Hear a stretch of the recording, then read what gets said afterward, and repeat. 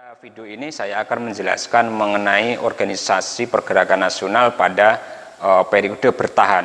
Nah, sebelum kita membahas lebih jauh mengenai organisasi periode bertahan ini, hendaknya kita perlu mengetahui dulu latar belakang yang menyebabkan perubahan bentuk perjuangan bangsa Indonesia melalui pergerakan nasional ini, yang awalnya adalah radikal, yaitu pada materi sebelumnya, ini beralih menjadi periode bertahan. Untuk itu marilah kita simak secara bersama. Periode bertahan di sini maksudnya adalah bahwa gerakan nasionalisme di Indonesia ini berupaya untuk lebih kooperatif dan moderat terhadap pemerintah kolonial Belanda. Nah, hal ini didasarkan pada bahwasanya ternyata sikap radikal ini telah menyadarkan para tokoh pergerakan nasional itu sangat merugikan bangsa Indonesia. Hal ini terbukti ketika pada periode radikal itu banyak organisasi yang dibubarkan dan bahkan para tokohnya ini banyak yang ditangkap oleh pemerintah kolonial Belanda. Sikap tersebut kemudian yang telah menyadarkan bangsa Indonesia untuk lebih berhati-hati terhadap pemerintah kolonial Belanda. Untuk itu maka dinamakan dengan periode bertahan atau lebih kooperatif dengan pemerintah Belanda. Nah, selanjutnya adalah bagaimana usaha dari bangsa Indonesia ini untuk mencapai Indonesia merdeka pada periode bertahan ini. Nah, usaha yang pertama yaitu adalah melalui Dewan Perwakilan Rakyat atau Volksraad. Terus yang kedua adalah melalui organisasi pergerakan nasional. Nah, organisasi pergerakan nasional pada periode bertahan ini contohnya adalah Taman Siswa, terus ada lagi Parindra, dan yang ketiga nanti ada lagi GAPI. Nah, 3 contoh organisasi inilah nanti yang akan saya bahas pada periode bertahan. Nah, selengkapnya marilah kita mulai dari perjuangan bangsa Indonesia melalui Dewan Perwakilan Rakyat atau Volksraad. Nah, melalui Volksraad ini, maka tokoh-tokoh pergerakan nasional ini melanjutkan perjuangan mereka. Meskipun di luar Volksraad ini juga banyak sekali bentuk-bentuk perjuangan dari bangsa Indonesia untuk dapat mencapai tujuan Indonesia merdeka. Contohnya adalah melalui kegiatan kesejahteraan rakyat, misalkan adalah adanya kegiatan rukun tani, rukun pelayaran, sampai dengan kesejahteraan lainnya. Ini adalah yang dilakukan di luar Volksraad.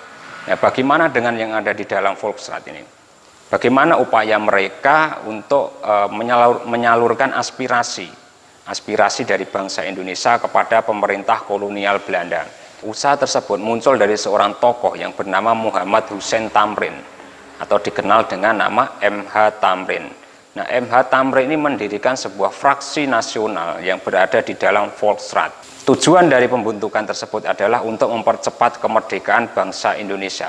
Dan untuk mencapai tujuan tersebut, maka fraksi nasional yang dibentuk oleh MH Tamrin ini menginginkan 3 hal kepada pemerintah kolonial Belanda. Yang pertama adalah mendesak untuk mengadakan perubahan dalam bidang ketatanegaraan. Terus yang kedua itu adalah menghapus semua perbedaan dalam bidang politik, dalam bidang ekonomi, dalam bidang pendidikan yang diakibatkan oleh penjajahan. Yang ketiga yaitu menggunakan jalan yang sah untuk dapat mencapai tujuan tersebut. Nah, itulah usaha dari tokoh bangsa Indonesia di dalam Dewan Perwakilan Rakyat Volksraad. Dan dapat diketahui bahwasanya MH Tamrin ini adalah salah satu tokoh yang pertama kali menggunakan pidato bahasa Indonesia di Dewan Volksraad. Nah, selanjutnya kita akan membahas mengenai organisasi pergerakan nasional pada periode bertahan. Yang pertama yaitu ada organisasi Taman Siswa. Nah, Taman Siswa ini adalah sebuah organisasi yang fokus terhadap pendidikan. Didirikan pada tanggal 3 Juli tahun 1922 oleh Suwardi Suryaningrat atau dikenal dengan nama Ki Hajar Dewantara. Nah, organisasi ini meyakini bahwasanya pendidikan ini merupakan cara yang efektif untuk merubah keadaan sosial dan memajukan bangsa Indonesia. Dengan demikian, bahwasanya organisasi ini bukan bersifat politik ya. Kalau dilihat dari tujuannya yaitu adalah mencerdaskan kehidupan bangsa. Dan organisasi ini berdiri karena memang pada saat itu Belanda sangat ketat sekali ya dalam mengawasi bentuk perjuangan bangsa Indonesia. Mulai dari ada yang dibubarkan, ada yang ditangkap dan lain sebagainya. Maka dari itu organisasi Taman Siswa ini adalah menjadi alternatif untuk dapat mewujudkan Indonesia yang merdeka dengan cara mencerdaskan kehidupan bangsa. Nah, Ki Hajar Dewantara sendiri ini menerapkan 3 konsep pengajaran di organisasi Taman Siswa ini. Yang pertama adalah ing ngarsa sung tulodo, yang kedua adalah ing madya mangun karso, dan yang ketiga itu adalah tutwuri handayani. Nah, meskipun demikian, organisasi Taman Siswa ini bukan berarti dapat berjalan secara lancar ya. Bahkan organisasi ini juga sama mendapatkan hambatan dari pemerintah kolonial Belanda. Jadi ketika pemerintah kolonial Belanda ini mengeluarkan sebuah aturan bahwasanya sekolah liar ini akan ditutup secara paksa oleh pemerintah Belanda. Pada saat itu Ki Hajar Dewantara ini berjuang supaya Taman Siswa ini tidak dibubarkan oleh pemerintah kolonial Belanda. Nah, apa yang dimaksud sekolah liar ini? Sekolah liar ini yang dimaksud di sini adalah bahwasanya sekolah yang bukan bentukan dari pemerintah kolonial Belanda. Artinya kalau sekarang itu mirip dengan sekolah swasta. Nah, setelah melalui perjuangan yang sangat panjang ini, maka pemerintah Belanda ini mencabut Undang-Undang Sekolah Liar atau Ordonasi pada tahun 1935. Nah, dengan dicabutnya Undang-Undang Sekolah Liar ini, maka keberadaan Taman Siswa ini menjadi sangat berarti bagi bangsa Indonesia. Artinya adalah bahwa mereka-mereka yang tidak dapat masuk di sekolah pemerintah kolonial Belanda, ini juga nanti dapat masuk atau memperoleh pengajaran di sekolah Taman Siswa yang dibentuk oleh Ki Hajar Dewantara. Nah, atas perjuangan dan jasanya dalam mencerdaskan kehidupan bangsa, maka setiap tanggal 2 Mei itu diperingati sebagai Hari Pendidikan Nasional. Sementara semboyan tutwuri handayani ini dipakai sebagai simbol dari Kementerian Pendidikan Republik Indonesia. Nah, itulah sekilas dari organisasi Taman Siswa. Yang berikutnya adalah ada organisasi yaitu Partai Indonesia Raya atau Parindra. Pada tahun 1931, Dr. Sutomo ini mendirikan sebuah perkumpulan yang dinamakan Persatuan Bangsa Indonesia atau disingkat dengan PBI yang didirikan pada tahun 1924. Nah, organisasi ini merupakan kelanjutan dari organisasi Indonesia Studi Club yang didirikan pada tahun 1924. Nah, dengan PBI ini, Dr. Sutomo ini bermaksud untuk menempuh jalan yang lebih kooperatif dalam sebuah wadah partai yang besar. Untuk itu maka PBI ini menggelar sebuah kongres pada tanggal 24 sampai 26 Desember tahun 1935 yang menyatukan antara organisasi Budi Utomo dengan organisasi PBI. Kongres ini diselenggarakan di Surakarta dengan tujuan adalah untuk menyatukan partai-partai kecil supaya mendapatkan kekuatan yang lebih besar. Nah, dari gabungan berbagai macam partai kecil tadi, maka melebur jadi satu partai yang dinamakan dengan Partai Parindra. Nah, Partai Parindra ini merupakan salah satu partai yang juga berperan dalam perjuangan untuk mencapai Indonesia yang merdeka. Pada saat kongres tersebut juga menetapkan Dr. Sutomo sebagai ketuanya dan menjadikan Surabaya menjadi pusat dari Partai Indonesia Raya atau Parindra ini. Nah, dalam kongres pertamanya yaitu pada tahun 1937, Parindra ini juga dapat menunjukkan bahwasanya Parindra ini adalah salah satu partai yang bersifat kooperatif terhadap pemerintah kolonial Belanda.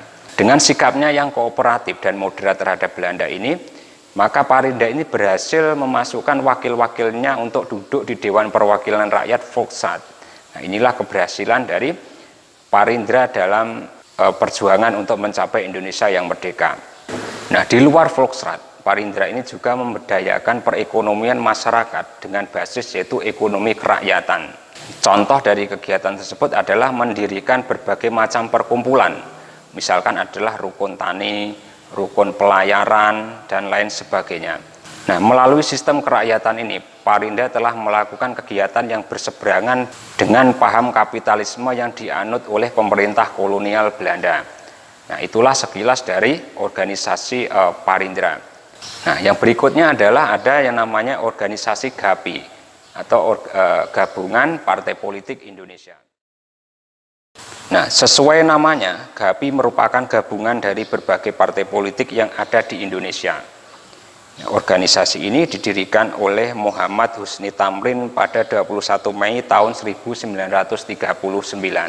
Nah, partai yang tergabung dalam GAPI ini diantaranya ada Parindra, ada Gerindo, ada PSII, Persatuan Partai Katolik, Persatuan Minahasa, Partai Pasundan, dan Partai Islam Indonesia atau PII.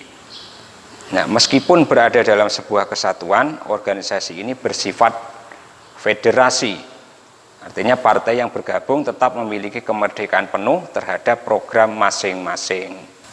Dalam anggaran dasarnya diterangkan bahwa GAPI ini mempunyai 3 asas perjuangan, yaitu yang pertama hak untuk menentukan diri sendiri, yang kedua adalah persatuan nasional seluruh bangsa Indonesia, yang ketiga adalah persatuan aksi seluruh pergerakan Indonesia. Nah, dengan demikian untuk mewujudkan hal tersebut, maka GAPI ini menyelenggarakan kongres. Nah, kongres GAPI yang pertama dilaksanakan pada tanggal 4 Juli tahun 1939. Kongres ini mengusung semboyan yaitu Indonesia Berparlemen. Ini adalah kongres pertama yang diselenggarakan GAPI. Nah, dengan demikian tampak bahwa GAPI hanya menuntut dibentuknya parlemen, bukan sebuah kemerdekaan yang penuh. Nah, kongres ini juga membahas rencana aksi GAPI. Nah, dengan demikian tampak bahwa GAPI ini hanya menuntut dibentuknya parlemen yang sesungguhnya, bukan sebuah kemerdekaan yang penuh. Nah, itulah beberapa organisasi pergerakan nasional pada masa periode bertahan. Sebelum saya menutup pembelajaran hari ini, saya kembali mengingatkan kepada kalian untuk tetap menjaga kesehatan ya, dengan mematuhi protokol kesehatan yang berlaku. Nah, jika ada pertanyaan, silakan ditanyakan. Ada kurang lebihnya saya mohon maaf. Terima kasih. Assalamualaikum warahmatullahi wabarakatuh.